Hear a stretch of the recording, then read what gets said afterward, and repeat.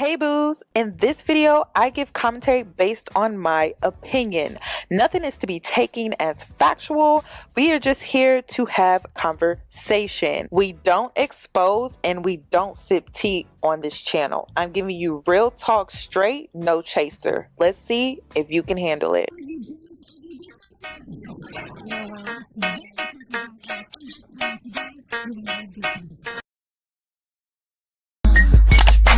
I haven't done anything for you to be proud of. Of course you have. You are marrying a man who can support you.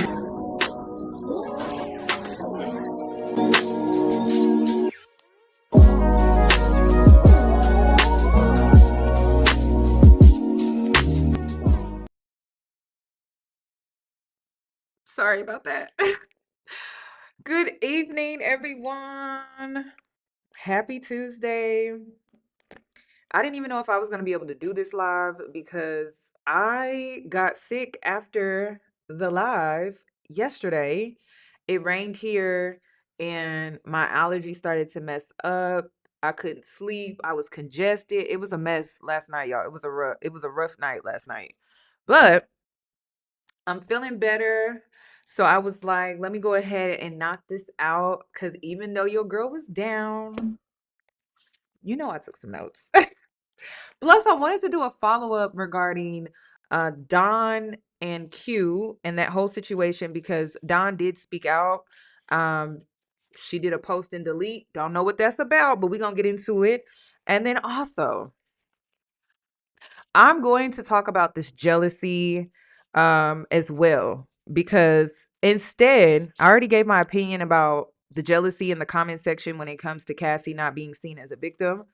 But this time, I'm going to ask you, what do you think? And I'm going to explain to you what covert jealousy is and what that looks like and how it shows up. Because a lot of people wanted to dismiss that. And I'm like, well, what do you call some of the things that we're seeing in the comment section? So I'm going to highlight why I said that. And then you let me know if that is what you've been seeing on social media or just from women in general or people, really, men too, because I've seen the jealousy for men as well. I don't know. I think it's just more shocking when you see it from women.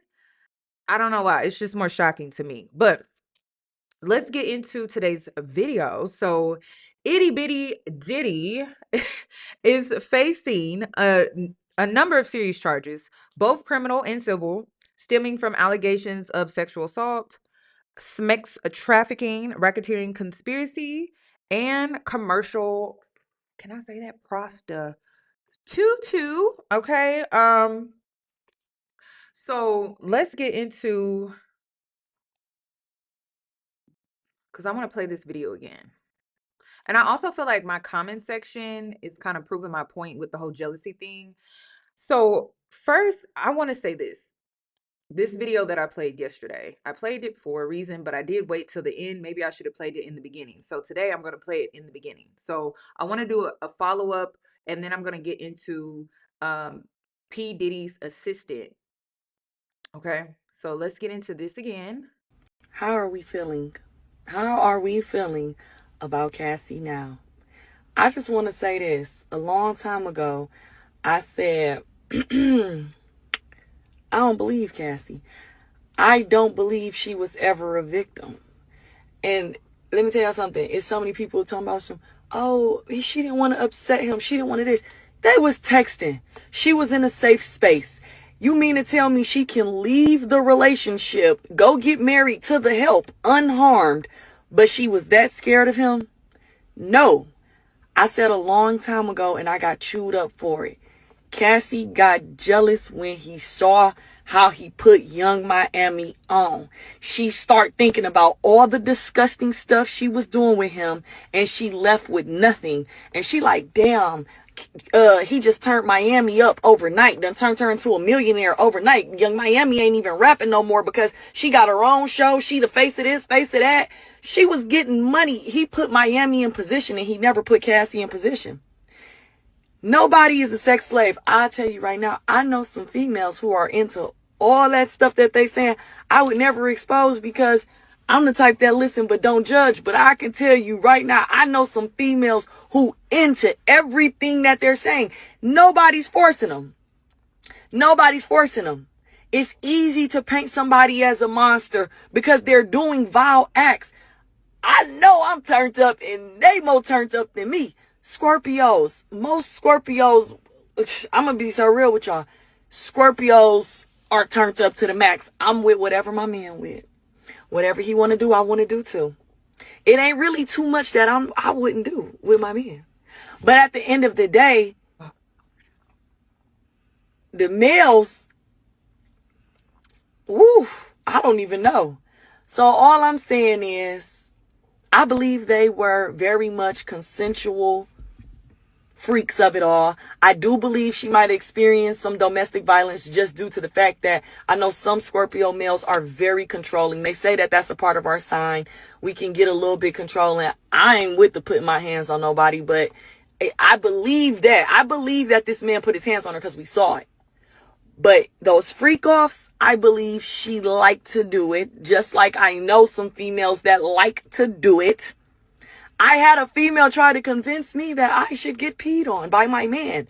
Like, just try it. Let him do it. Let him do it. Let him put it in your face. I said, sweetheart, I use Noxzema. I refuse. He doesn't even eat healthy enough for me to be trying that. It's like, no, let me stop. All I'm saying, and y'all can sound off below if y'all think I'm wrong. I'm not going to argue with you for your view and opinion. Cassie liked it. She's no different than Diddy. She got mad once he put Miami on. And I think that her husband was the one who wanted to push this because she went through a depression. I remember when her husband said she just out of nowhere got depressed. You know what she got depressed about, buddy? She saw when Miami said, she like golden showers. She knew Miami wasn't lying. We all thought it was a joke, but she knew Miami wasn't lying because she like golden showers too.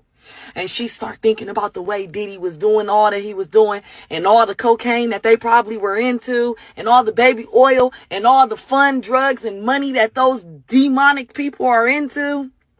And she got depressed because she was living a boring life that she thought she wanted. And she really didn't want that life. She wanted that nasty life. And if I'm wrong, whatever, if you think I'm wrong, fine.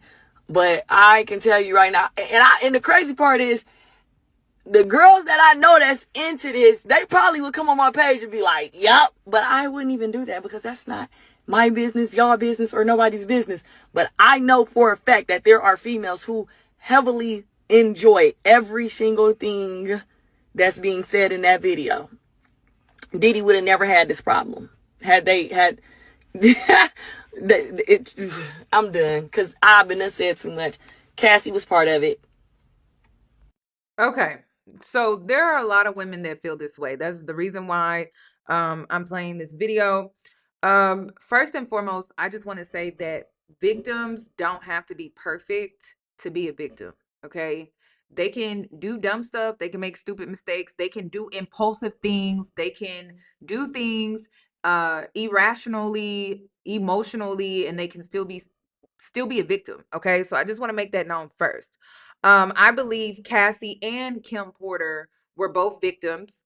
I also believe that P. Diddy had both of them in a triangulation. The disturbing comments that I'm seeing from women, and you could just go to my community tab. I'm not even going to pull it up. Go to my community tab and just read the comments. The first thing that women want to do is create a competition. In this video, this woman is creating a competition between Cassie and who? Carisha, right? So she is trying to create that competition.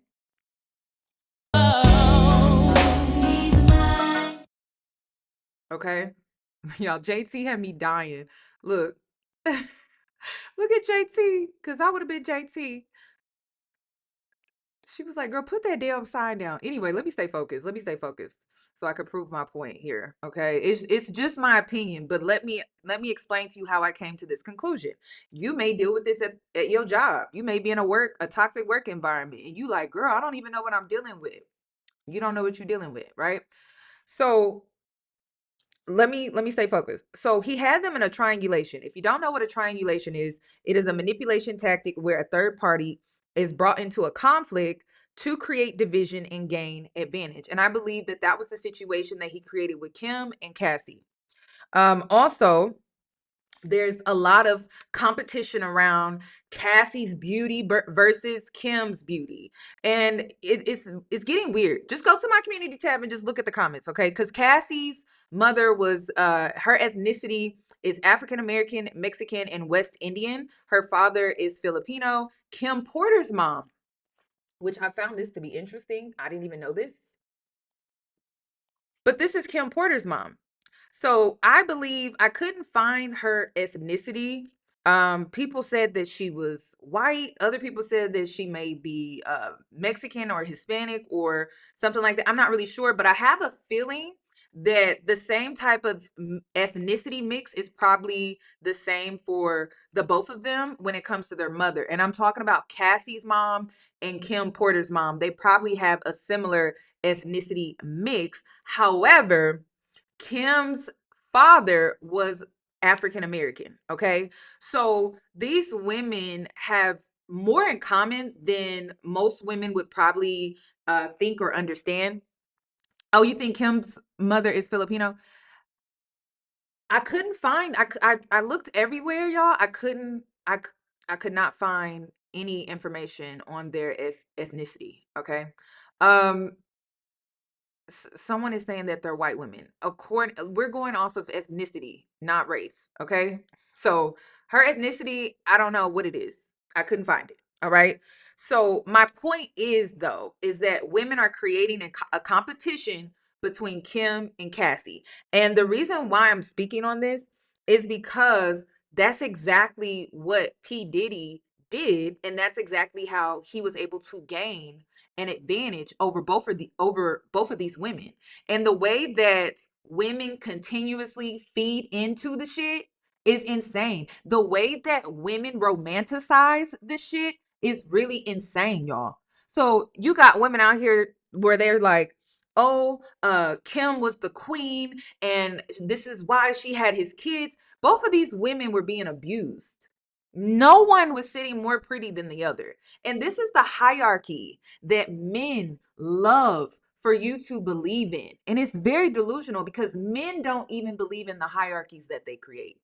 They create a different type of hierarchy. Your hierarchy that you believe in has to do with beauty, ethnicity, if your hair is kinky or straight. The type of hierarchy that men believe in is, what can this woman do for me? She'll do more. This woman over here will do less.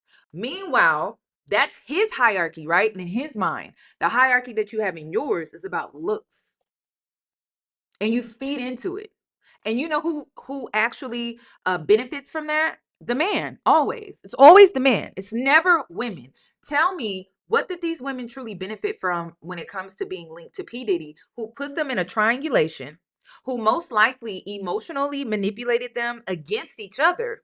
Because then you also have women in the comments saying, oh, I heard that Cassie was putting Kim's looks down because Cassie was mixed. They're both mixed technically. And in my opinion, I feel like they somewhat kind of look alike. Not exactly alike, but I mean, they have a similar phenotype. Let me see. Let me see if I can find it. Okay, this was Kim in her youth, around the same age Cassie is. Beautiful. Both of these women are beautiful. Kim again. Okay. And then here they are here. And I thought it was kind of weird to me because he had them, like, they have a similar nose, similar smile. Everything is very similar to me. Okay. Very beautiful women. Me complimenting one does not take away from the other woman, and vice versa. A lot of women feel like, oh, compliment Kim because when you compliment Kim, it takes away from Cassie. Or when you compliment Cassie, it takes away from Kim. Can y'all stop? God damn. It's so annoying, y'all. And I'm just like, this is the nature of women. This is how women think, right? And then women will turn around and be like, oh, but men, it's men, it's you too, because you keep reinforcing it or you keep playing into it. And I just told you that the only hierarchy that men truly believe in is what a woman can do for him. That's it. How can you serve him?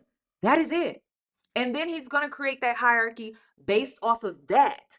But you are going to make it about your looks, because guess what? It puts a battery in your back to compete. So with you putting that battery in your back to compete, right? Now he has not one, but two women competing for him to serve. Because that's what it's about. And women fall for the shit every single time. It's like, how many times are y'all going to keep falling for the same shit? How many? Okay. So let me continue. So he created this triangulation. Women are still feeding into the triangulation that P. Diddy created, which it's interesting. It seems like P. Diddy, he kept a triangulation of women around him. And that's why he has the ghetto twins, the twins. And then he had a baby by another daughter, Chance. Okay, with Chance's mother. So he probably pinned Kim against Cassie, Cassie against Kim, and then Cassie against Chance's mother, Kim against Chance's mother. I'm pretty sure there was a lot of triangulation going on here. And you know who benefited the most? Him. Because you are to serve him. Then there are people debating about who Diddy loved more. Delusional. Diddy only loved himself, and even that is questionable. Did he really love himself? I just want to know, why are women continuously falling for the delusion of the hierarchy that men create, that they only use to help further manipulate women? But then you'll sit and say, oh, he manipulated me. But then you also feed into it. Okay. Men create the hierarchy for you to believe in, only for you to believe in it so that you can be manipulated. Okay. The only, like I said, the only hierarchy that men actually believe in is based in how each woman he triangulates serves him. Again, back to serving. All right. Now I'm gonna use this.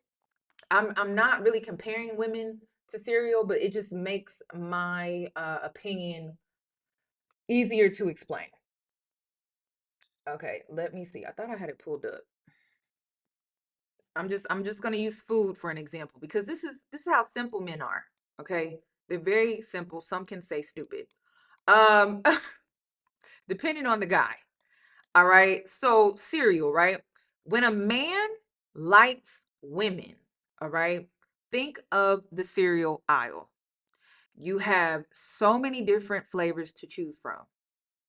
Now, there are people out here that love cereal. They're obsessed with it. They don't just get tricks. They also get Cheerios or Reese's Puffs. They have a whole collection of cereal, right? And then in some cases, if you go to people's houses that really love cereal, they have like 3, maybe 4 boxes of cereal open all at the same time. Now, why would they do that? Because they really like cereal. That's why they do that. They love cereal. They can't go without having cereal. Okay? This is what women need to understand. When a man actually likes women, because some of these men are the rainbow, right? But when they actually do like women, right? They like to try different flavors. They like to have different variety just for the hell of it. And then think about it, right? If you love cereal, you're rich, you can go out and buy as many boxes of cereal as you can, right? Because you can get access to all that cereal. Would you not do it? If you really love cereal, you would. You would do it, right? So a lot of times when we see men with money, right, they create competitions with with different women, right? And they try to create this hierarchy like, well, Trix is better than Reese's Puffs. Is it, or is it just based off of his mood, what he's wanting to try for the day, what flavor he wants to have for the evening? Tomorrow he may want to have cinnamon toast crunch, or maybe he wants some type of health kick. He wants to do Special K cereal. That's how you need to look at men who actually like women, y'all. Instead of falling into this whole delusional hierarchy that, oh, I gotta have this and I gotta have that and I gotta have this. It's bullshit. Like, it's really delusional. And women keep falling for it every single time. And it's so annoying. And then they do this thing where they feel the need to compare, because it always starts with compare then compete, compare then compete. Why are you comparing tricks? Why are you comparing tricks to cinnamon toast crunch? Cinnamon toast crunch is in its own lane and tricks is in its own lane, depending on who you're talking to, because it's subjective. Cheerios is in its own lane. You know what I mean? Special K is in its own. Jack in the Box is in its own lane, y'all. So I don't understand why women continuously feed into the bullshit, y'all. It's ridiculous. I don't understand it. And you know what it says? It says women with low self-esteem, okay, love to compare, then compete because they feel like they need something to prove. Okay? That's all that is. So they compare, compete, and then they need to prove because they feel like they lack and they have a scarcity mindset, starting with their self-esteem. Also, another thing too, right? I've been seeing this all over social media and it's very delusional as well. And I've been seeing it for women. Women with low self-esteem, women, and what is, all women have insecurities, right? But there are women with insecurities that project, and then there are women with insecurities that are working with their insecurities, okay? So to me, an insecure woman is a woman that is just projecting. She's impulsive with her insecurities. She has no emotional regulation over her insecurities. She allows her insecurities to run her life versus a woman who has insecurities, but she has emotional regulation. She understands her triggers and her insecurities, and she knows how to work through them. Okay. So just because you have insecurities, it does not make you an insecure woman. It all depends on how you are dealing with them on an emotional level, on whether or not you're insecure or not. Okay. But one thing I noticed though, women with low self-esteem love to romanticize men's deceptive behavior, manipulation, and dysfunctional behavior. So one thing that stuck out to me recently was Ashley from Love is Blind, and how she was saying that, oh, I think Liler loved me, but he loves me only in the way that he could love me. What the fuck does that mean?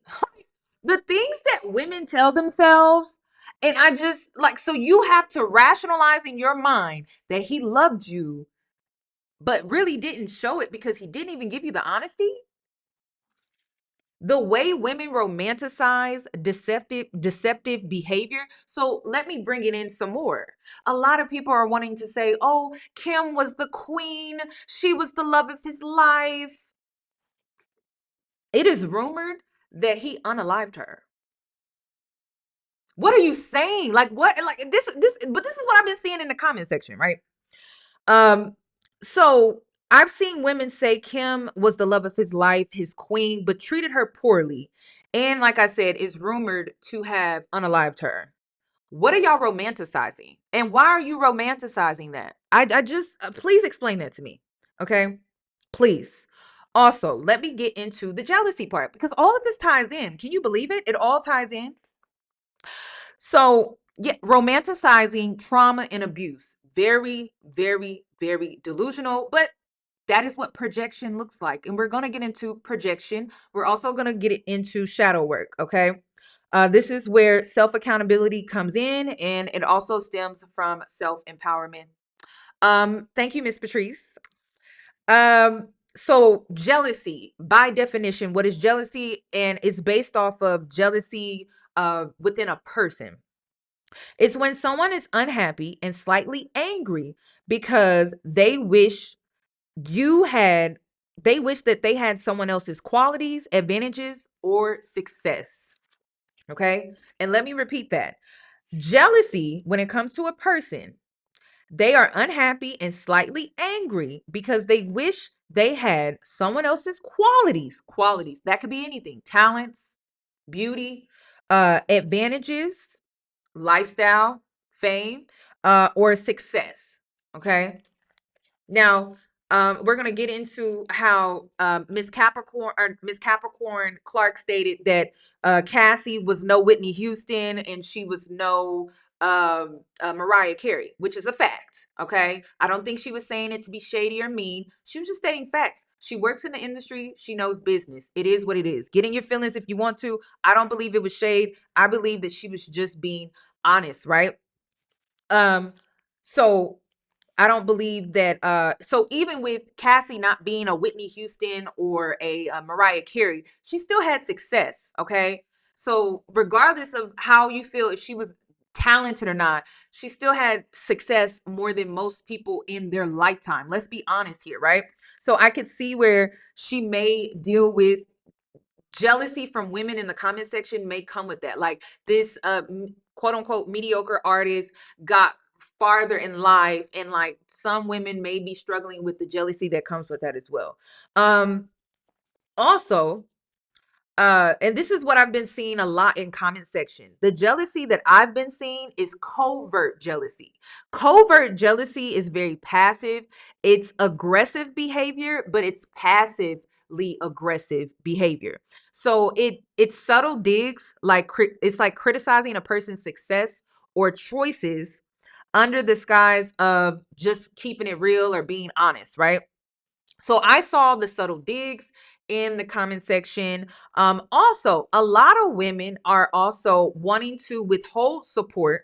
They don't want to support Cassie at all simply because they just don't want to. Some women feel like the reason why they can't support Cassie is because they feel like Kim didn't get the support that she needed. So withholding that support out of jealousy that Cassie is getting support, they feel justified in that. So I've been seeing that a lot. Women hate the support that Cassie is getting. Okay. Also, gossiping or undermining. This is something that you may be experiencing at your workplace, a toxic work environment. People are trying to damage her reputation to ruin her credibility. And I've seen women do it. Like I've seen women run with a rumor or run with like this woman in this video that I just played.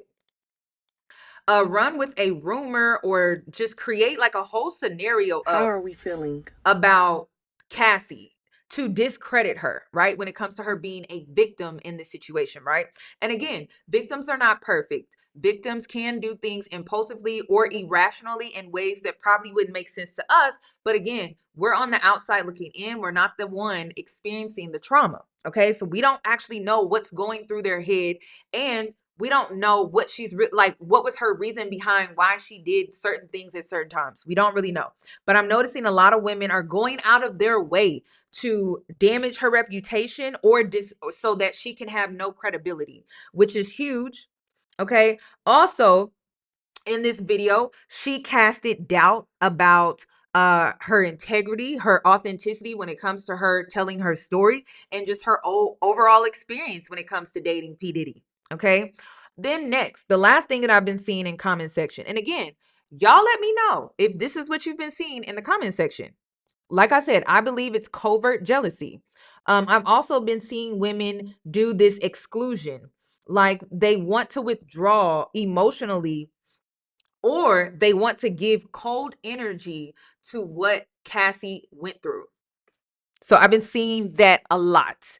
So that was huge. Like people don't want to give her support. People don't want to give her any sympathy. People don't want to give her anything at all. Okay. They just want to give her cold energy. They want her to lose her credibility.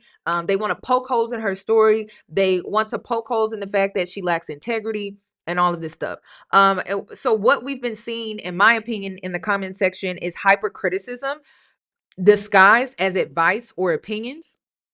So I've been seeing that a lot. I've been seeing this a lot on both sides. It doesn't matter if you're a woman or a man. I've been seeing it on both sides. And y'all, I'm going based according to what the definition of covert jealousy is. So you tell me if that's what you've been seeing.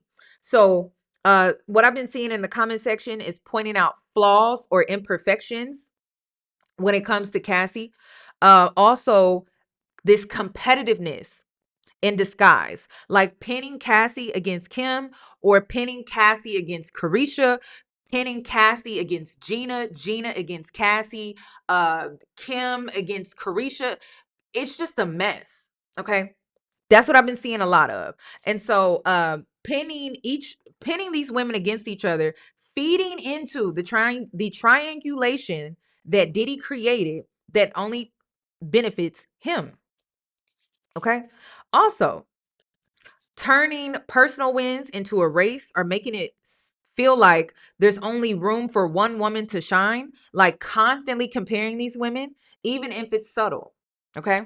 So this is what I've been seeing in the comment section. That is where I got the whole covert jealousy from. Well, I just said jealousy. And honestly, I want to explain why are we seeing this? Because I don't want to just say, oh, it's jealousy and that's it. Why are we seeing that? Why are we seeing jealousy when it comes to this situation? Um, when it comes to jealousy, it's not always about the person. Like it's not. So in this case, it's not about Cassie. It's about how her presence or her story, her experience mirrors something that is unhealed in others.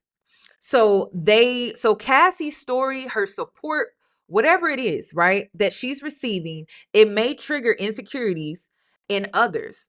It could be her, like I said, her looks, her success, even the love that she got after this horrible experience.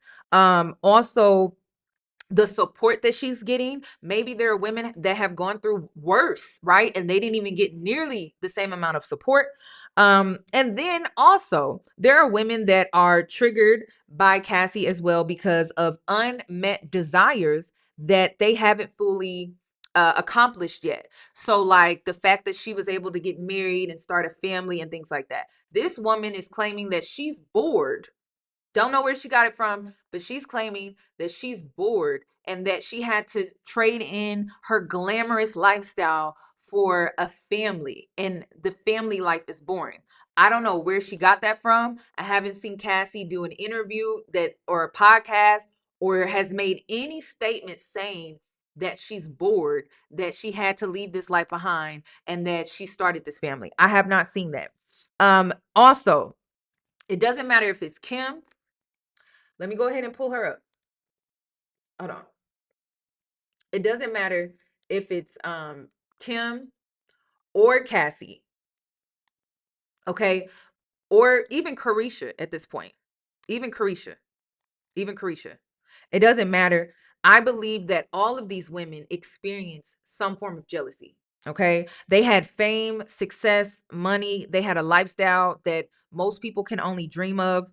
They had love, and that's debatable. Okay. They had love, I guess. Like they had fans, you know. And then they have supporters. Okay. So it doesn't matter, in my opinion, what woman we're talking about. Doesn't matter if it's Kim or if it's Cassie. Doesn't matter if it's Carisha. I believe that they all experience some form of jealousy. I don't even know why it's a competition about who had it worse. I believe that when it comes to this situation, that they all had it bad. That's just my opinion. So like I said, y'all let me know if you've been seeing the things that I listed. Okay. And like I said, the jealousy is covert. It's not direct. It's very passive. It's done in subtle ways. You may be experiencing this at work. Okay. And like I said, I'm just going to give you just a short list. Subtle digs, withholding support, gossiping or undermining, exclusion or silent treatment, like withdrawing support or sympathy or emotions, hypercriticism disguised as like advice or opinions, competitiveness in disguise, and then turning personal wins into a competition. That is what it means to witness or experience covert jealousy. And I believe that that is what we are seeing on social media. Okay. All right. So let me go ahead and move on. I want to move on to Dawn and Q because she recently responded to Q's podcast episode that he did with Aubrey. Let me see.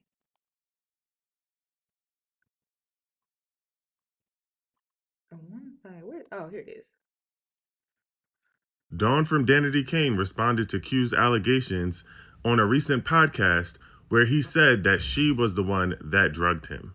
She said, just to be unequivocally clear, that she has never drugged anyone or given anyone pills to take. She basically also said that if it were true, then the actions that followed it wouldn't make any sense, like taking her home to meet his family. Hold on, wait. We may have to rewind this. Hold on. I've been wanting to talk about this so bad, y'all. Thank you for reminding me to add this in here. A lot of people are saying Cassie cheated on Diddy. Cassie cheated on Diddy. Cassie cheated on Diddy. This man stayed messing around on her. Like, everyone is pointing out, Cassie did this. Cassie. What was he doing? What was he doing? What was he doing with Kim? How many kids? He had an outside baby on Kim too.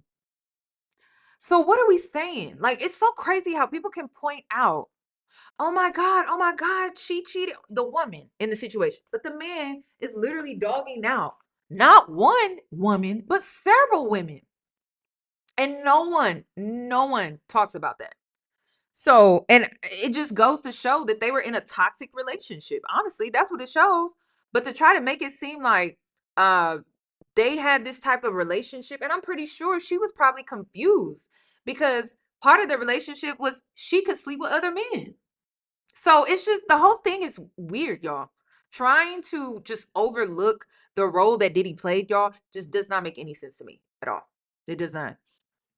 So I don't get it. He always had other women around. And she tried to leave the relationship and would go get with whoever and then would come back. Like, how many toxic relationships have you witnessed in your lifetime where that goes on? I've seen it.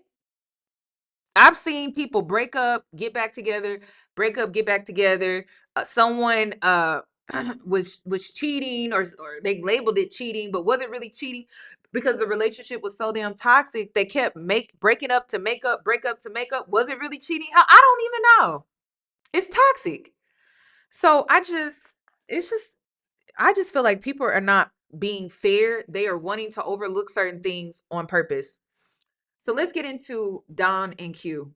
Dawn from Danity Kane responded to Q's allegations on a recent podcast where he said that she was the one that drugged him. She said, just to be unequivocally clear, that she has never drugged anyone or given anyone pills to take. She basically also said that if it were true, then the actions that followed it wouldn't make any sense, like taking her home to meet his family, meeting his sisters, and being in a relationship with her. She also said, without naming names, that he continued to do favors for and live with people that she expressed extreme concern about, and that many of the actions that occurred she was not around or with him for. But here's what my theory... I'm going to stop him right there. For whatever reason, the statement that she put out, she deleted. Q doubled down after she put out her response. Okay. And then she later deleted the statement. I just want to say this. I believe that Dawn is a victim. Okay. She's just another imperfect victim. And I know that's so hard for people to understand, right? Because victims have to be perfect. For you to believe them, they have to be damn near Disney. Okay. Like, seriously, they have to be better than the Little Mermaid, girl. Okay. But Dawn is a victim as well. All right. And I think some people took what I said yesterday about me not believing her as if that means that she's not a victim. No, I can just tell when somebody's bullshitting me. That's all. But it doesn't mean that she's not a victim. Two things can be true at the same time. So let me explain to you what I meant by that. Dawn is a victim who is still protecting and showing loyalty to a black man. We've seen this all too well. We've seen this, I don't know how many times within the black community, how a black woman is still wanting to protect a black man after she has been victimized by a black man. We saw that with Megan Thee Stallion. The night that she was shot in the foot, she lied and told the cops that she stepped on glass. Now, why would she do that? To protect the black man. I didn't want the black man to go to jail, right? So I believe that that's the situation with Dawn. Also, Dawn also I believe another reason too is because I also believe it's because she was in some type of contract before she signed with Diddy. And for whatever reason, because he was able to get her out of this contract, she has had like this undenying loyalty for this man. Okay. And I'm not gonna lie, it's weird. It's weird to me. But honestly, I don't see the difference between Don and Cassie. I have a question. Is Dawn and Cassie the same person? They both were promised successful music careers by Diddy. Cassie was promised a 10-album deal, unrealistic. Dawn became successful through Danity Kane, wrote on record, super talented, but when Diddy broke Danity Kane up, but still wanted to work with Dawn, she chose Diddy Dirty Money over the girls in Danity Kane. And once this phase of Diddy was over, so was Dawn. They both sold out men to get closer to Diddy. Cassie with Ryan Leslie, who honestly was the reason why she had an album to begin with. The only album to this day. She also did it with Kid Cudi. Even though she said they fell for each other, it was still to get a reaction out of Diddy. Dawn did the same thing with Q from Day 26. Allegedly. Now, he was on the new episode of Aubrey O'Day's podcast. Side note, if anybody was to have a podcast about this Diddy trial, it definitely should be Aubrey, because since day one, she never backed down about Diddy. And Q shared that when they had like a moment, he and Dawn, she gave him a pill. He thought it was ecstasy. He blacked out only to wake up where people are like laughing at him and stuff like that, as if like he was about to be a sacrifice. He was in the room with Dawn at one point and then woke up alone. What? But remember, this was supposed to be someone he loved and trusted. But the way he describes it is like, nah, her career and where she wanted to go was way more important than anything they had going on. And she didn't care how she got there, basically. And even after all the groups broke up, she still had good things to say about Diddy. But when Cassie got her settlement, oh, how the tables turned. Now, some could say, because he was still free, he could have done things or blackballed her. And now that he's locked up, she can speak freely. We know Diddy's nasty and messy. And you could have ended the journey with him when he cut ties with Danity Kane. When he offered you another chance to work with him and then y'all created Diddy Dirty Money, you could have said, no, thank you. No, thank you, sir. I wish you the best. But it's similar to Cassie in that, like, was it worth it? Because fast forward, Cassie has done so much. Y'all both sued. Cassie got her settlement, and now you're on the hunt for yours. Both of them burnt bridges, hurt people, hurt themselves, and ended up with fool's gold from Diddy. Yes, Cassie got that settlement. And I want to say this, because this is where Black women, I feel like we could take some accountability.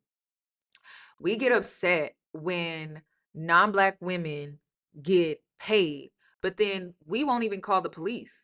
Or we're so busy trying to protect the Black man, and then we get the shortest end of the stick, and then we're like, well, no one wanted to support me, or no one wanted to do but it's like, did you speak up? Did you actually say anything? Or were you so busy in people pleasing and trying to protect the Black man that you actually missed out on your opportunity to get a settlement?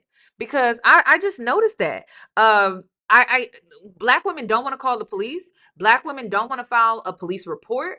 Black women don't want to file a restraining order. Black women don't even want to put themselves in a position to have that option. So can we really say that we're at a disadvantage, or are we not really weighing out all of our options and resources and choices because we're people pleasing? Seriously. So I just let's really think about that for a sec.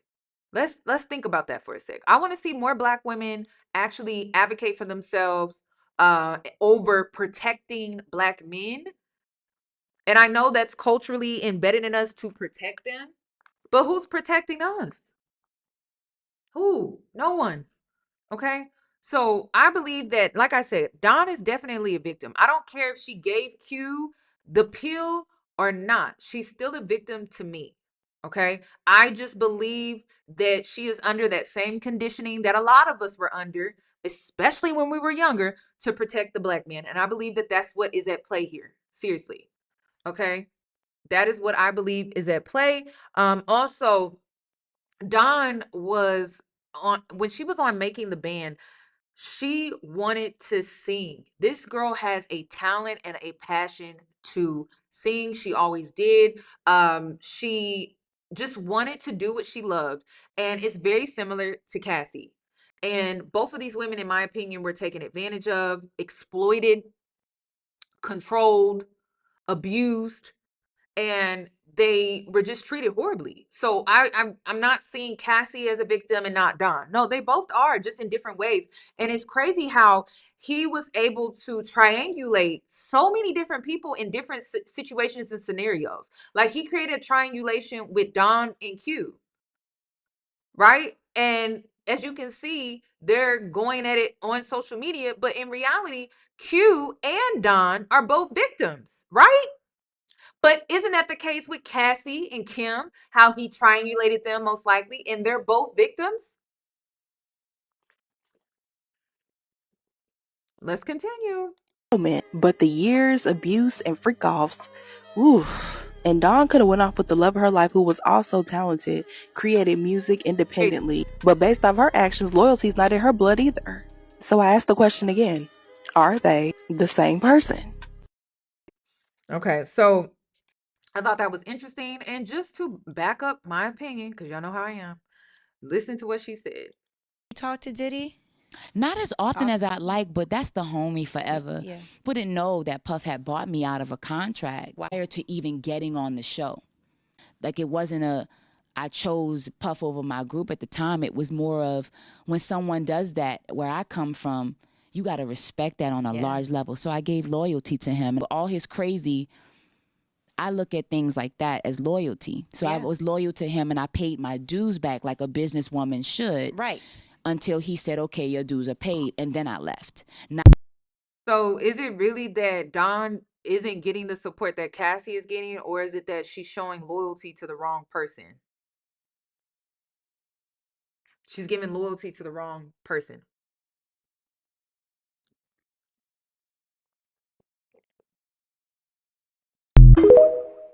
I keep trying to tell Black women, some of it is not on other people. Some of it is we are playing ourselves.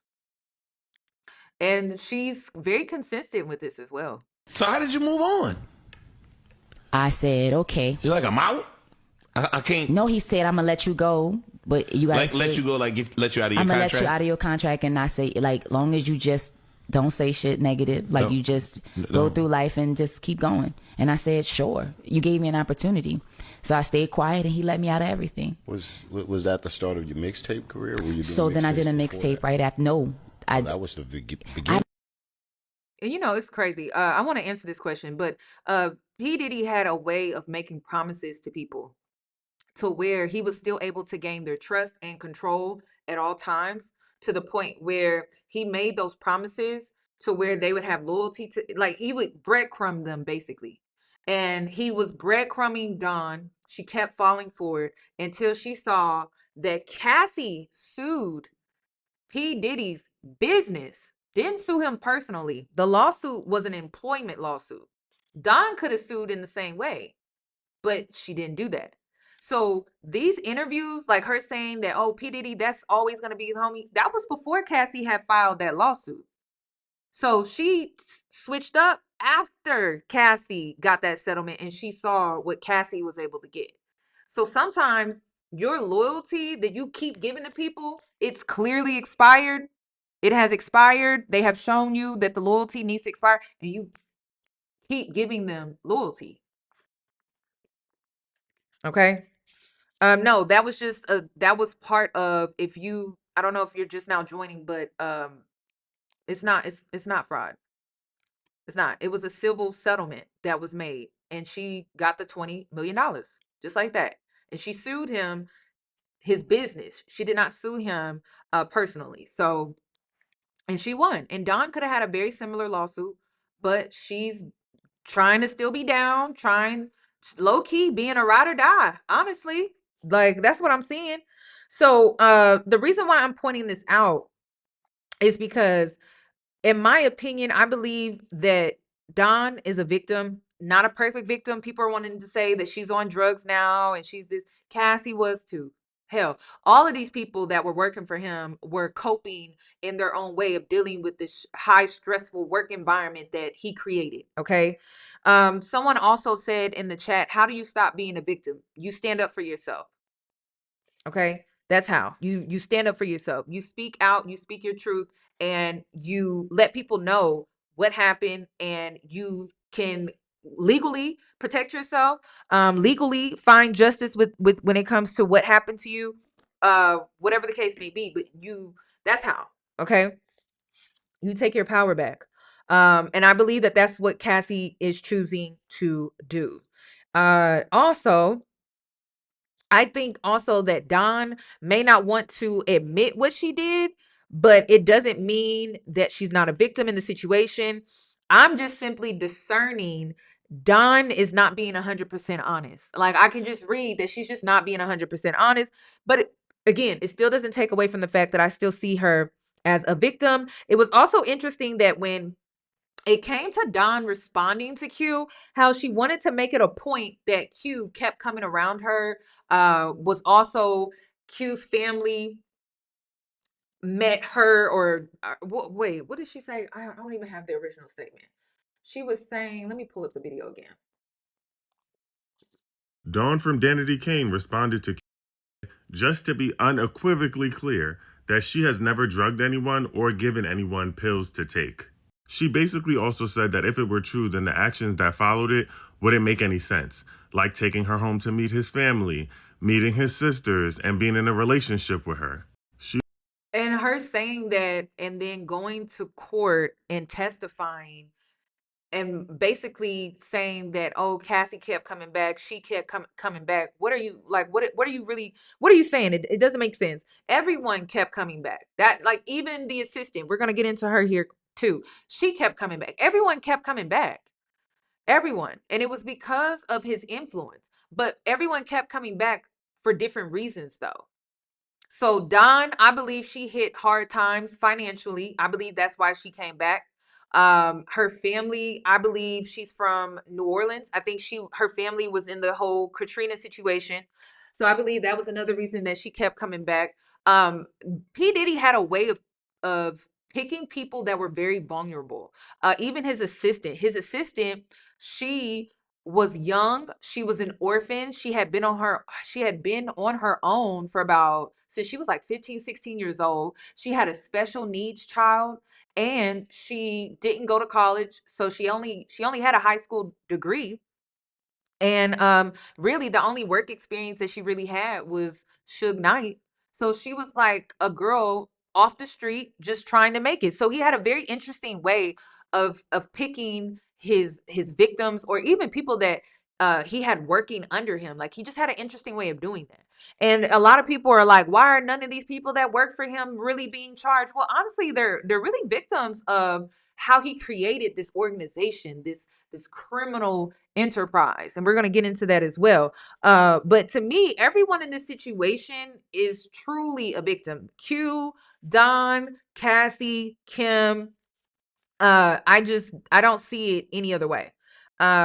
In my opinion, just because of the control, also how he would make threats, like blackballing you in the industry. That's huge. You know, if you're getting all of this work experience under Diddy, and he has like this household name, and you now have been working for him for years, and you can't even put that as a part of your resume because he blackballed you. Come on, like, what are people supposed to do? How are they supposed to feed their family? So he had his way of orchestrating this level of influence and control over people, y'all.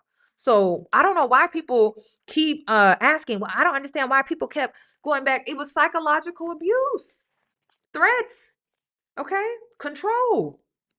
Also, another thing that I thought was very disgusting. I'm gonna let him continue here, but I'm gonna get into, let's not do this, okay? Also said, without naming names, that he continued to do favors for and live with people that she expressed extreme concern about, and that many of the actions that occurred she was not around or with him for. But here's what my theory is on what happened to Q. And just before I share my theory, I want to be clear that I am not able to diagnose him. This is just what I'm speculating based on what I'm seeing. Sometimes certain drugs can make mild symptoms of psychosis show up a lot more extreme and actually expose the fact that you might have been struggling with a mental health issue prior to taking the drugs. Now, I'm not questioning whether or not somebody gave him drugs, because I truly believe that that did happen. Now, who gave it to him is another question for another day. However, he was within the age range, which is 18 to 25, where the symptoms of psychosis start to show up the most, specifically for men. So it is very likely that between the stress that Diddy had them all under and the drugs that he was around and participating in, it could have likely sparked the early onset of said psychosis that he's talking about. And I just want to say, let's not discredit people just because they have a mental health condition. Two things can be true. Two things can be true. Three things can be true. I think it's very dangerous to undermine what someone is saying happened to them and then just say, oh, well, it's because of your mental condition.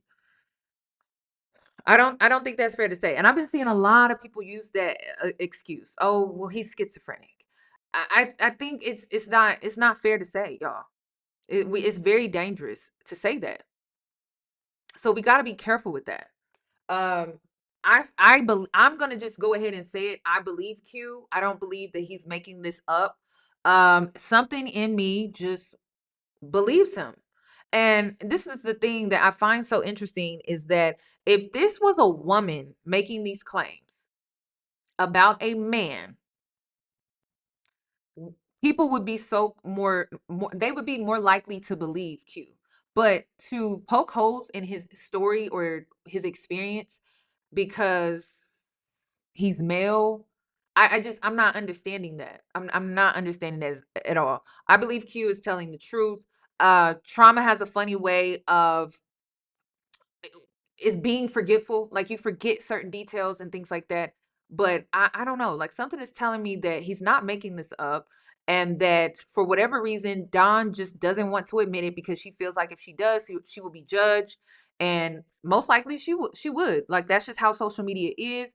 But I still believe that they were both being controlled psychologically. They were given promises. He was able to control the both of them in different ways. And I believe that she may have given him allegedly that pill that night. Maybe because P. Diddy gave her some type of promise or something like that. And she thought that what harm would it be, you know? And then that's another thing that I want to add too. When you listen to this trial, there's a lot of normalizing just toxic, dysfunctional activity, like the drugs, the smecks, the casualness when it comes to this work environment, like how casual it was for P. Diddy to threaten somebody. Like it was all of these things were seen as quote unquote normal. And one thing, like I think about when I was being sexually violated, I went to therapy and I didn't even know how many times I had been victimized of sexual assault until I opened up to my therapist about my earlier experiences with sexual assault. I didn't even know that it was sexual assault because a lot of it was disguised as playful, joking, a lot of it was disguised in very casual settings and it was normal around me or in my environment. Just because something is normal or casual in your environment does not make it right or it does not make it okay. And a lot of times we find ourselves in these very casual settings. People are joking, people are being playful, et cetera, et cetera, et cetera, right? But at the same time, if you don't give someone consent, they violated you. Point blank, period, y'all. Point blank. So it took me going to therapy to even wrap my head around how many times I had actually been violated. The only time I can think was probably my most traumatizing experiences. It wasn't until I opened up to my therapist and talked about some of my earlier experiences where I realized, wow, I had been sexually violated more than 50 times and didn't even realize it from both men and women. And I used to put a lot of things past women because, well, that's a woman. You share spaces with them in locker rooms and things like that, right? So I had no idea. You don't really know what you're dealing with until you actually seek psychological help and counsel. Okay. So a lot of the things that Cassie, Kim, Don, Q, because it happened in such a casual setting, because the people around were too afraid to say anything or question things or to speak out, it probably just went under the disguise as it's no big deal, right? So you don't really realize it until you go to therapy and you actually get counseling. You don't really realize it. So a lot of people are wanting to kind of like sweep that under the rug, but just from my own experience and then actually going to therapy and having that experience, I'm like, I really wouldn't have known. I really wouldn't have known unless I went to therapy, and my therapist was able to point that out, because consent was never really taught to me. It wasn't. Unfortunately, my parents just didn't do a really good job about that, which is why I'm trying to break that cycle. I went and I bought my niece that consent children's trilogy thing that I bought her for I don't know if it was like her for Christmas or something like that, so that she could learn what consent is and then who trusted adults are, so that if someone does something to her that is not consensual, then she can report to a trusted adult, and she's able to recognize who the trusted adult is, because not all adults are trusted adults. That's another thing. You could go and you can complain to, in this case, an employee, someone in HR, right? But the person in HR is not a trusted adult, because HR doesn't always have your back like that. So somebody could have spoke out when it came to P. Diddy's behavior. Who's to say that no one did, right? But they went to HR thinking HR is that quote unquote trusted adult, and it wasn't. So that's all I'm going to say. I think that we need to have a serious conversation. I think the culture needs to have a serious conversation about what consent is, what it looks like. And just because something happens to you in a casual setting, or it's a joke, or people are playing around and things like that, it does not mean that you weren't violated. Okay. And I believe that was the situation here. They were partying, it's crazy. One thing that Diddy had a great he was really good at creating this playful, casual space, but then he would also make threats at the same time. And so to disguise it under freak offs, or let's go to the Hamptons and party, he was always known for party, let's party, let's party. He always put people in his domain, right? So that he could take advantage of them. So that if anyone were to speak out or say anything, oh, well, we were both drunk, or, well, we took those pills, or, we was just kicking it, I was just playing with you, I was just, okay. Yeah. And then you can easily be gaslit by a narc. It does not take much. Okay. I believe there was a lot of that going on. Think about the environment that Diddy created, orchestrated, organized around him, so that he could act out this behavior and get away with certain things. It goes so much deeper than just he was just kicking it, or no, y'all, it's so much deeper than that. And do you notice how whenever victims come out, it's always there was a party, or it was at a pool, or it was this or that. He always put them in spaces where he could easily gaslight them, like honestly, about what happened to them. And then if they're under the influence, it would be hard to explain. Now, I want to explain, why do I believe Q? It's not because he's a man and he's just speaking out. I believe Q because it's very similar to the movie Blink Twice. Have y'all seen Blink Twice? If you haven't, please watch it. The way he described his experience, it was very similar to Blink Twice. Okay. Let me go ahead and move on. I highly recommend that you go watch it. I highly recommend. Let me see. Did I miss anything? So that is why I believe Q, Blink Twice, was a great movie. And I believe that may have been his experience. Okay. So let me go ahead and play this, and then I'm going to move into my next point regarding Capricorn Clark and her testimony today that happened. So yeah, I love hard. I love hard. You know what I'm saying? My new single is about that. That's how I got through my last breakup. Gotta move on. Gotta move on. Joined with Bryson Tiller. That's one of my favorite songs. It's hard for me to move on. You Wow, know, why was it so hard? man, cause I just didn't want to let her go. You know what I'm saying? What's the Okay. Now y'all know why I'm playing that. Okay, so let's get into Capricorn Clark. She worked with Diddy. Let me see. I forgot how many years she worked with him. Um,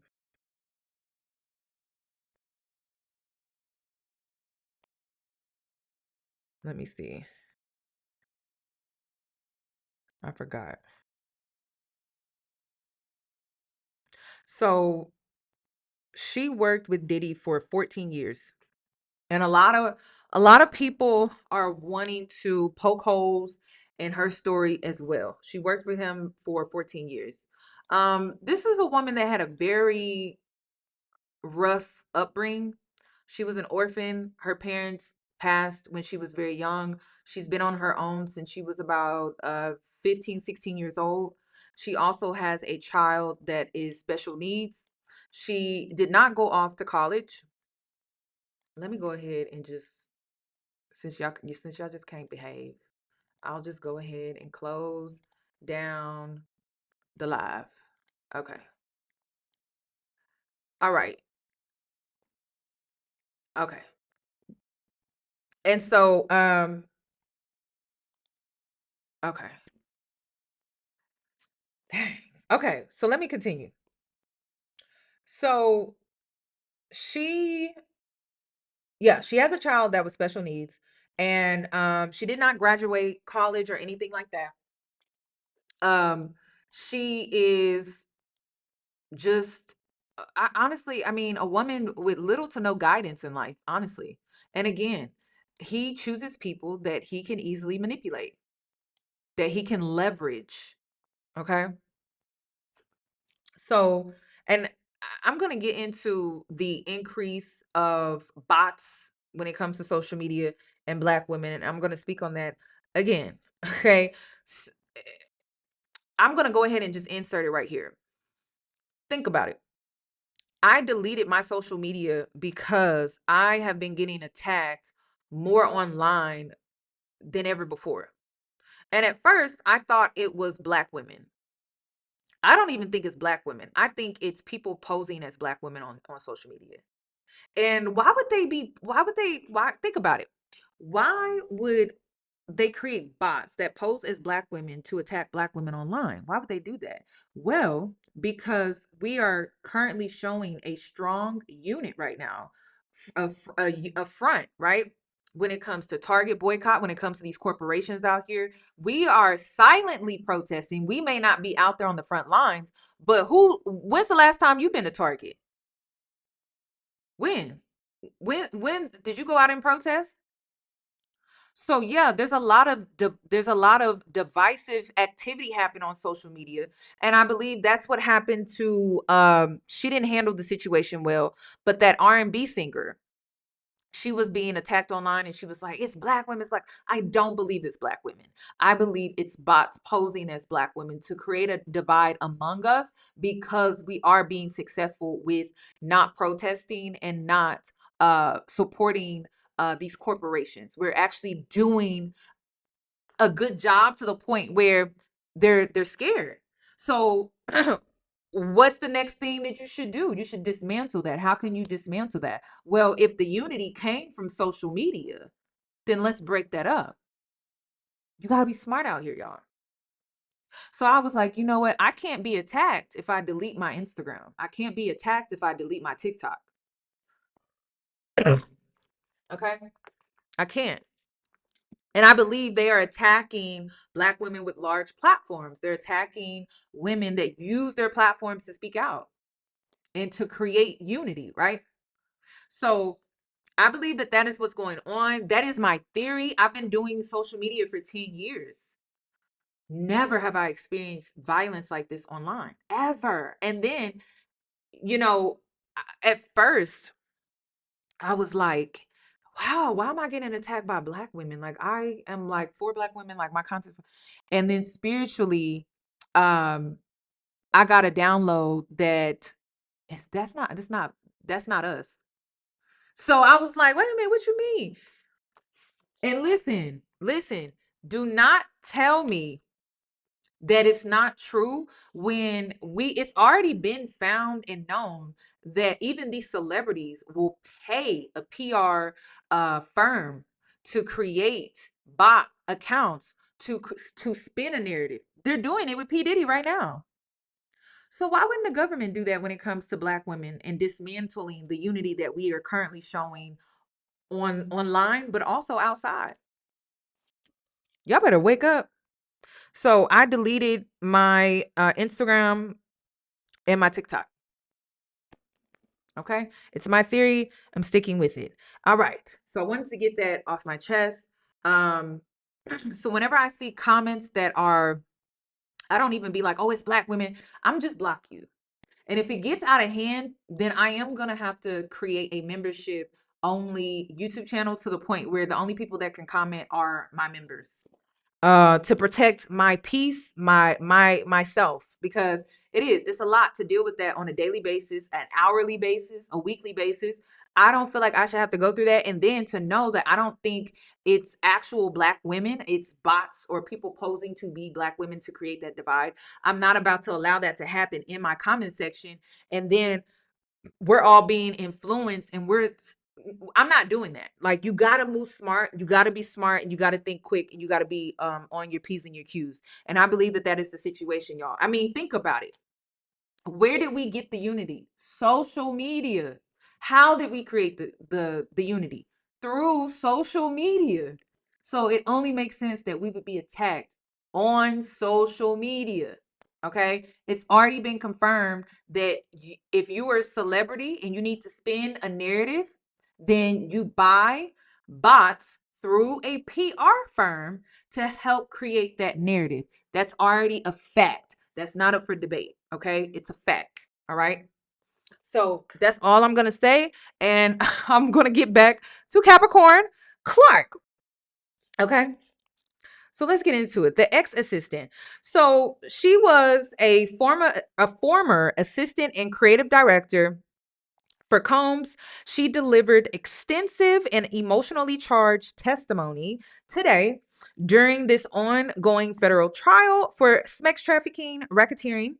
Her testimony, it spanned significant time, extending the court session beyond its usual hours. A lot of people were there was someone that asked in the beginning of this live that did she get cross-examined? She did, but honestly, the defense was just not strong with their cross-examine. This was a pivotal moment in court today when it comes to this trial. This was huge.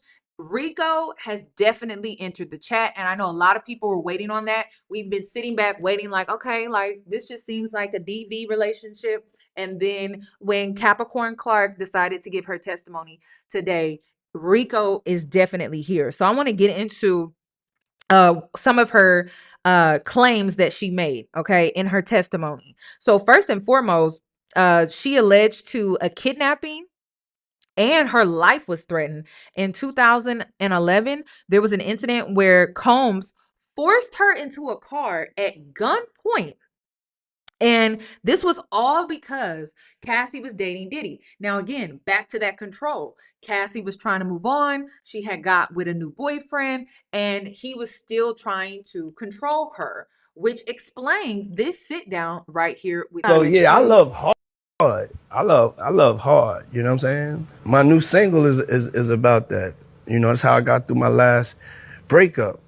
Gotta move on. Gotta move on. You know, joined with Bryson Tiller. That's one of my favorite songs. It's hard for me to move on. He has control issues. He's obsessed with control. He also expressed the intent to harm Kid Cudi as well as a means to control Cassie. How did y'all feel about the fact that Cassie was trying to protect Kid Cudi, but he thought that he was being played by Cassie, but Cassie actually took a beating for him to protect him. How did y'all feel about that? Also, Clark also testified saying that she was held hostage at Pum Pum Point and wouldn't be released until Cassie arrived. So again, Cassie arrived to save Clark as well. She just took the beating for the both of them that night, and she was able to go home. And Kid Cudi is still alive today. How do y'all feel about that? That was crazy. Also, Clark testified saying that she had to take a lie detector test. And this was also under the intimidation factor. She was forced to take this polygraph test in an abandoned building for 5 consecutive days. Y'all, this is like a movie. I'm like, are you serious? 5 consecutive days. And she was also threatened to be thrown in the East River if she failed these tests. Isn't that insane? I was just, y'all, crazy. This is crazy. Also, she experienced work abuse. Okay, so there was toxic work environment all up and through here, which is another thing. You know, a lot of people are like, oh, why did people keep coming back? Why did people come? I think people were kind of used to this type of work environment. And you got to understand that this was back in the day. This is not current. Back in the day, a lot of bosses, people could get away with a lot more. Not today, because you have social media, people can record things and things like that. But I was raised by the baby boomers, and the baby boomers are old school. You do whatever they tell you to do at work. You put up with whatever they tell you to put up with, as long as you get that check in and you come home with that money. You know how the baby boomers are.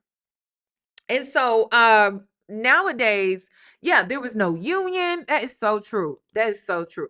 So it's like people have forgotten what it was back then. Okay. And this is a woman that didn't even have that many resources to begin with when you really truly sit and think about it. And so he curated this toxic work environment. She alleged that Combs threatened to unalive her on her first day due to her previous employment with Suge Knight, which is crazy. And so also, this is a young woman that went from working for Suge Knight to P. Diddy. So I think her mindset was a lot of the things that she was experiencing, like being threatened on the first day. Why didn't she leave? I mean, if you work for Suge Knight, I'm pretty sure that was just another day in the office, right? When you think? I mean, is anyone else thinking about that? Because I'm like, I mean, girl, this is probably a step up. You working for P. Diddy over Suge Knight? That's debatable. I'm just saying. She also recounted being pushed out of Combs' home in 2006, and she faced more threats after being fired in 2012, and she was blackballed. She lost everything, y'all. How do you lose your 401k? Woo! Also, the defense in court did not want it to be known that she had also received a settlement. Okay. Once again, Don finding out about all of these settlements, right? And she didn't get a settlement, which is interesting because Don has a current lawsuit with P. Diddy because she's looking for a settlement. Interesting, right? Interesting. So listen, I've been blackballed. I've talked about me being blackballed. I was blackballed after I spoke out about Fashion Nova. And then at the time, I was working for Pretty Little Things. I was working for Boo. I was working for all the little Instagram stores back in its prime, right? And I got blackballed because I spoke up and told the truth about how they were taking advantage of Black women and how it was colorism and how they only wanted to show a certain look on their Instagram and everything, and how they were shortchanging Black women when it came to how we were getting paid, the mistreatment, all of that, right? Got blackballed. Y'all, being blackballed is real, but it created a pivotal moment in my life. That's how I ended up getting into commentary. I'm like, well, I don't have to do beauty. I don't have to do fashion. I can talk. The hell? So they tried to silence me, blackball me. I got a very threatening email. And that created a very pivotal moment in my own career as a blogger. So they wanted me to take the video down. They even first it started with Can you take the video down? We'll pay you this. We'll send you this. We'll send you free stuff and all of this stuff. And I was just like, okay, well, let's negotiate. They were not trying to negotiate with me. And I was like, I'll take the video down if you make it a point to pay Black women fair wages when it comes to promoting your brand. And they refused to do that. So this was a huge thing. Like back in 2016, no. Probably like 2017, 2018, that era. Okay, so because I refused to take down the video because they couldn't make do on their promise with making sure that they would create equality, basically, they decided to blackball me. Okay. Also, so it's a real thing. Like they can really stop you from making money, stop your bag in the industry if you choose to stay in the industry. Yes. I decided to pivot out of the industry, and that's how I ended up getting into commentary, because I really had that talk with myself. Like, what type of blogger do I want to be? Do I want to be a blogger with integrity, or do I want to be a sellout? I chose integrity. So I was like, well, we're smart. We can use our brain. We don't have to use fashion and beauty. So I pivoted out of the fashion sector of blogging. People want me to get back into it. I just don't know if I want to. I haven't really decided. It's so toxic, y'all. Like, it's just so toxic. I don't know. Listen, celebrity gossip is toxic too. Social media is toxic. I don't know. I don't know what to do. We just gonna have to figure it out. But catch me on Patreon, because that's where I'm gonna be at. Okay, so let's get into some key points that I want to point out when it comes to her testimony. So, based off of Clark's testimony, which was highly relevant and it was pivotal, in my opinion, especially when it comes to the charges that he's facing, um, the kidnapping, in the, I always say it funny, coercion.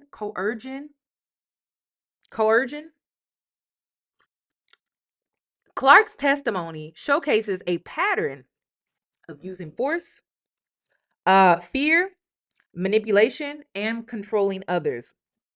Also, he refused to let her go until Cassie came.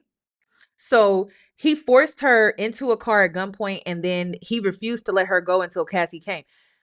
That's force, fear, and manipulation, and control. And he was able to control others around him, like the bodyguard. What's up with the body? Like, do y'all feel like the bodyguards need to be charged? They watched Cassie get beaten bad. I heard it, y'all. I heard it was bad in court today when she was describing how he beat Cassie after they went back to, or Cassie met up with Clark at Diddy's house or whatever. He like really beat her really, really bad. Really, really bad. Really, really bad. And there were bodyguards, males, standing around watching that. It was so bad that Clark called her mother because she said that she was too far gone. She was way in over her head when it came to this situation. And she ended up calling her mom about the situation because it was that bad. Y'all, it was that bad. So, also, she testified saying that P. Diddy was at Kid Cudi's house.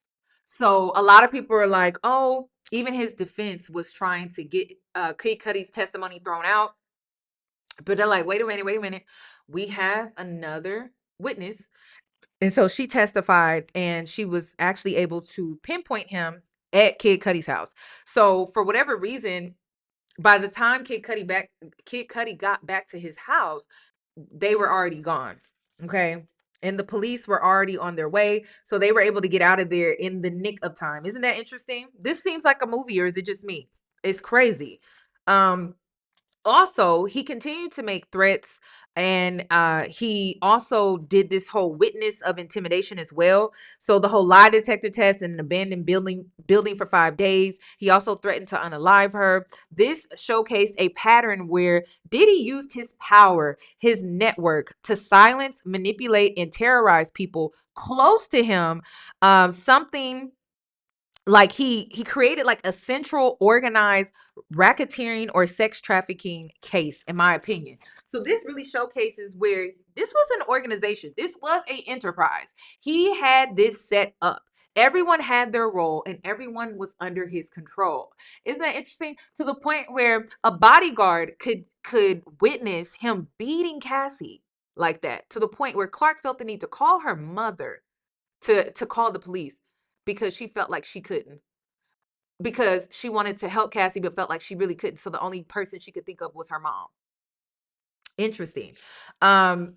He created and maintained a culture of fear around him at all times. It didn't matter who it was. It didn't matter if you were Q from day 26. It didn't matter if you were Don from Danny Kane. He had a way of maintaining and creating a culture of fear around him. This is why I believe that Q, Don, they're victims. Kim is a victim. Hell, his damn kids at this point, because do you ever wonder what the kids saw? Carisha too. Do you ever wonder what the kids saw or what the kids may have been subjected to? I wonder what they may have seen. Even the fact that Q said that when he woke up the night of the incident that he's describing from his experience, he said that he woke up in the basement in the girls' room. Like, why are the girls in the basement? I thought girls are upstairs, boys are in the basement. Why are the girls in the basement? That was really weird to me too. So I just wonder what the kids have seen and what they think is normal to them. I do. Also, Clark said that she was threatened on her first day. And this also creates that fear of, he created that culture of fear and maintaining control at all times. She was physically removed from Diddy's home. She was fired and subsequently threatened again. So he was known for just threatening people. Like, that was normal. That was very, very normal. People may have, it's sounding like people dealt with a lot of verbal abuse. Okay.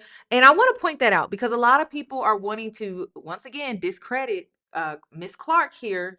And one thing I noticed about Clark, she was a people pleaser. She wanted to prove that she could be the best at her job. She wanted to prove that she was the best for the job. And some of her text messages, I'm not going to lie, that some of the things, or emails, I'm sorry, were very much kind of like disturbing. But do you see how there's a pattern with people though, where they give him praise? But I really think the praise is out of people pleasing, intimidation, control, and fear. It's the psychological abuse. They all share it. It doesn't matter if it's Cassie. It doesn't matter if it's his assistants. It doesn't matter if it's just the people working for him. They all share that in common. Like, they wanted to prove that they could be the best for the job at all times. And it's just, even if you were the chef, you know what? Like, it's crazy. Like, y'all, this is crazy. So her testimony, it definitely gives RICO. And a lot of people were waiting for that. Also, her testimony reinforces the idea that Diddy controlled his circle through fear, which is key in racketeering.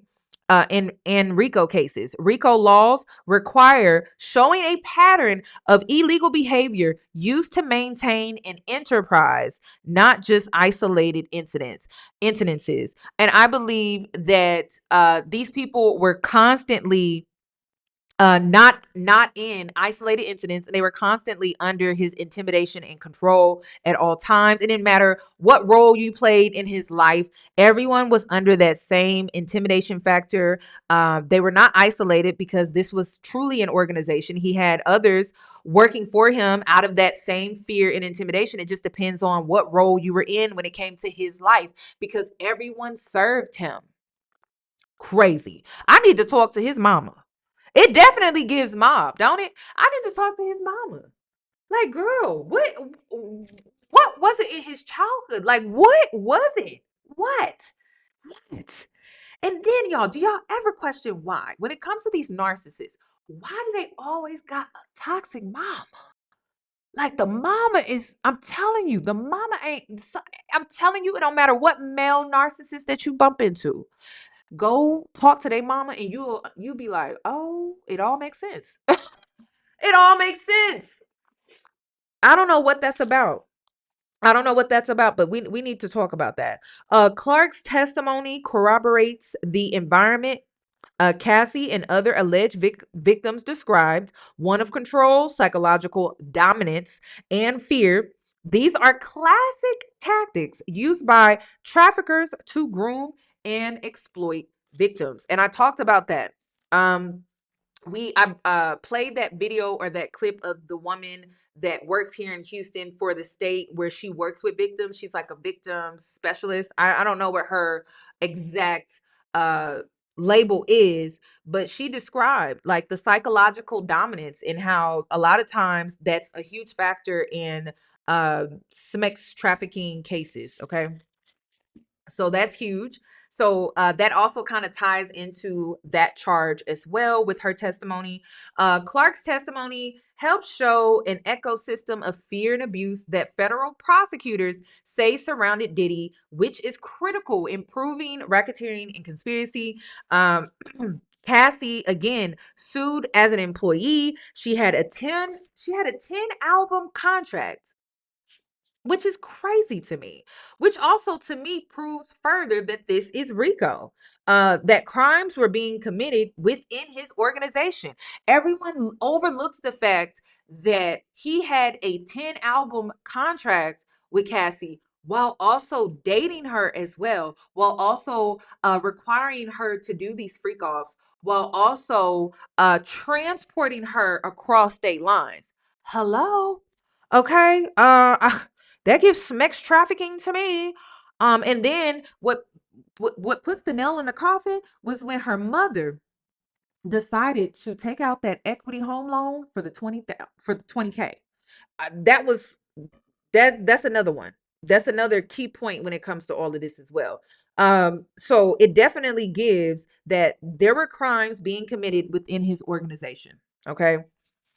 Also, Diddy was also directing as well. Not only was he directing in them freak offs, but he was also directing outside when it came to committing crimes.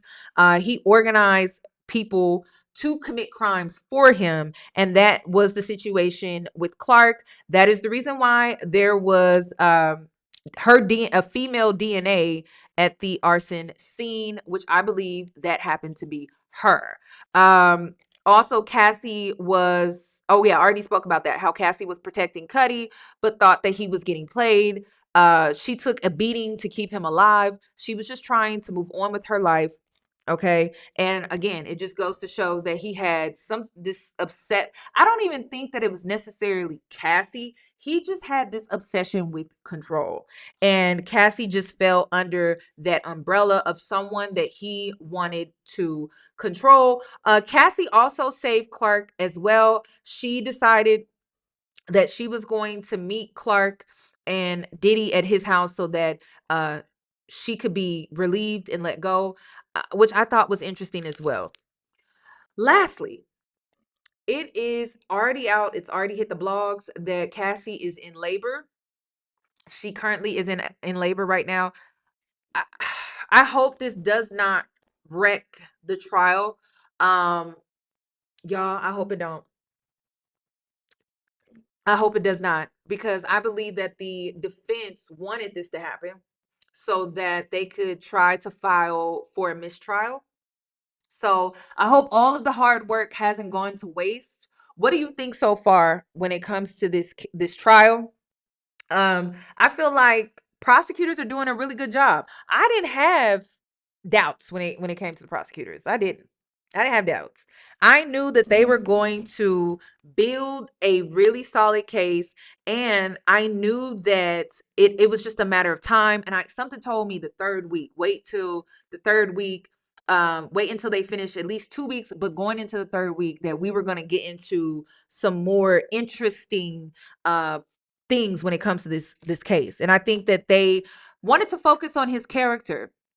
They wanted to focus on the foundation of who this man really was. And I think they did a great job of showcasing his character based off of his relationship with Cassie. And it just fit very well into the fact that she was pregnant. She was most likely going to go into labor. So they went ahead and focused on his character within the relationship with Cassie. And now they are they're transitioning into getting into RICO, more sex trafficking and racketeering. Like I said, I will be looking forward to seeing if there is embezzlement, money laundering.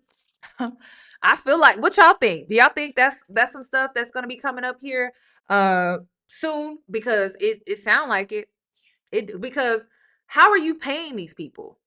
You know, like how are they able to get this done and get this done and do things on command and demand?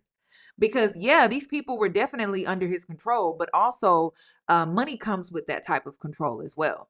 It's not just psychological. Promises have to be made and payments have to be made as well. So I believe that I wouldn't be surprised if we start to hear some money laundering, embezzlement, and things like that to come when it comes to his many different businesses. And also, the drug usage is insane, y'all. Am I like, a lot of these people were addicts? So I could see another layer to why people kept coming back, why Cassie kept coming back, why some of the people that he employed kept coming back, because he was also their dealer. And I just wonder, like, he was putting prescriptions in his employees' names and having them pick up these drugs for him. It's just so insane. It's definitely giving mob, mafia. Girl, this is crazy. Yes, I think he got people hooked on drugs on purpose to control them as well, to keep them fiending, to keep them coming back. A lot of people are wanting to overlook that as well. This isn't crazy. This is insane. This is insane to me. Insane, insane, insane. Do y'all think Carisha was out here, you know? And I gotta be so honest with y'all, girl. The way they normal, and that's another thing. The casualness, the environment, the, oh, let's party, it's just a pill, just take it, right?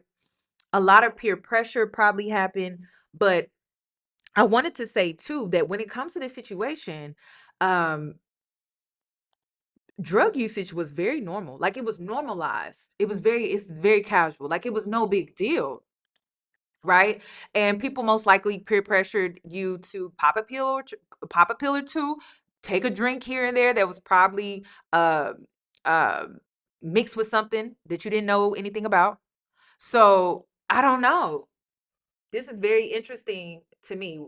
So what do you think is going to happen next? What do you think is going to be in the upcoming, well, days? I'll just say days, not weeks, because this is a one big trial. But within the coming days, what do you think is going to be exposed next?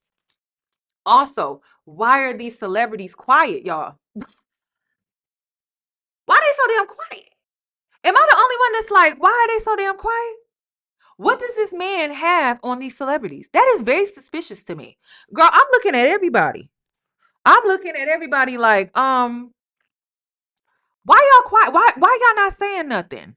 Do you think some of these celebrities are gonna get exposed within the coming days? Like, what is tea? Oh yeah. And then y'all, when I tell you I'm looking at everybody suspiciously, the Carters, I'm looking at them like, so this is who y'all was hanging around, this is who y'all was doing business, this is who y'all was shaking hands with. J-Lo, I'm looking at her sideways. Girl, I'm looking at everybody like, so what was you doing? Meek Mill, all of them. They all of them. All of them. I'm looking at them all sideways. And I'm about to go and look at these white parties. Oh, Pastor TD Jakes. Sir, excuse me? Oh yeah, girl. I'm looking at a lot of these celebrities side eye. And you know, he always kept tapes. He loved to film people. Because Clark also said that she was responsible for setting up the hotels. Cameras, baby oil, you know that was there, condoms. Okay. And I just need people to understand that Cassie was just a younger version of Kim. That's it, y'all. They were literally the same, in my opinion. Cassie was just a younger version of Kim. And have y'all put two and two together that Kim was most likely doing these freak offs with Diddy as well? Yep. Um, and then what do you think the children are thinking and saying? Because no way I'm gonna listen to my father be abusive to all of these people, right? And not start to look at him sideways like, so did you do that to my mother? You know, like what did you do to mommy?